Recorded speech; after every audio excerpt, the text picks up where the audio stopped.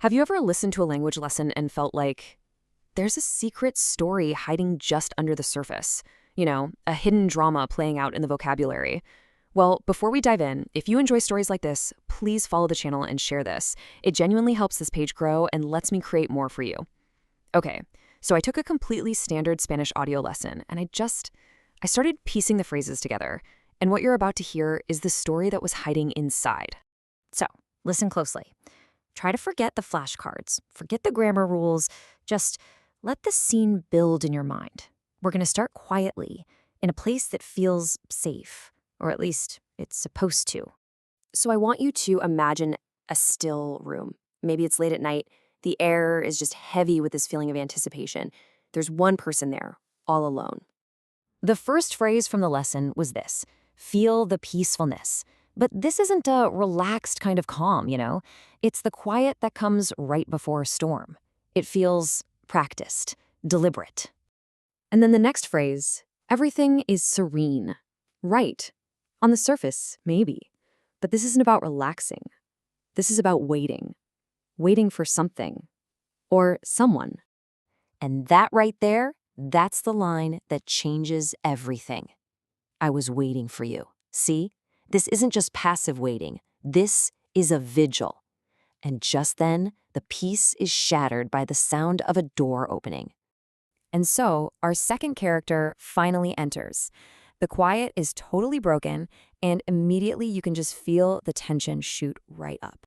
The very next phrase I found, you arrive very late. Hear that? That's not a greeting, that is an accusation. The air gets so thick with unspoken questions. The interrogation, it's about to begin. So, the quiet waiting has completely transformed into a confrontation. There are no pleasantries here, just a straight-up demand for answers. The first question is fired off, just sharp and direct.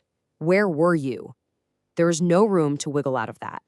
And before an answer can even be formed, another one comes, just relentless. Where did you go? The pressure is seriously building now. And the response? I don't have time. Just cold, dismissive. It's a wall, an attempt to just shut the whole conversation down. But our first person, they're not having it. And here is where we get a direct clash. The question comes, do you remember what I told you? And the reply is just a flat denial. I don't remember. Is it a lie?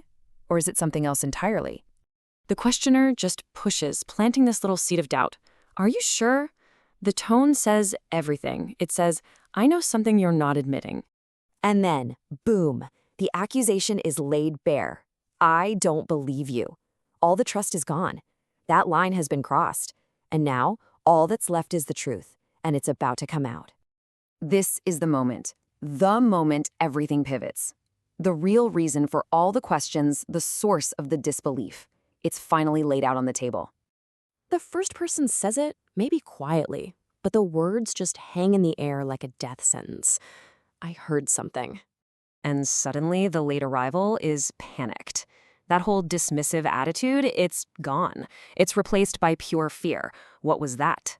And you have to watch the power shift here. The first person, who was the interrogator, is now chillingly calm. They turn that fear right back on the other person. It's just your imagination. It's a classic, terrifying move. The second person is just confused, desperate for any kind of explanation. Why do you say that? They are completely on the back foot now. They have no idea what's going on. And then, the final cold shutdown. I don't care. The conversation is over. The power has been completely, totally asserted. There's nothing left to say. At least, for now. But the night isn't really over. There's one final, tense negotiation that has to happen. A decision has to be made. The person in control makes this simple suggestion, but it feels so heavy with unspoken meaning. Let's go tomorrow. Go where? To do what? We have no idea, but it feels incredibly important. And the response is just weak, non-committal. It's an attempt to delay whatever's coming. I'll think about it. But there's no more room for hesitation. A definitive answer is needed, right now. Do you promise me? A promise that feels like it carries the weight of life and death. And it all comes down to this final ultimatum. Think it over. It's now or never. This is what I absolutely love about language. The most mundane words can carry the most dramatic stories. Every single phrase is a clue. Makes you wonder, what other stories are hiding in plain sight? If this story moved you or made you think differently, share it with someone who needs to hear it. And please follow the channel for more stories just like this.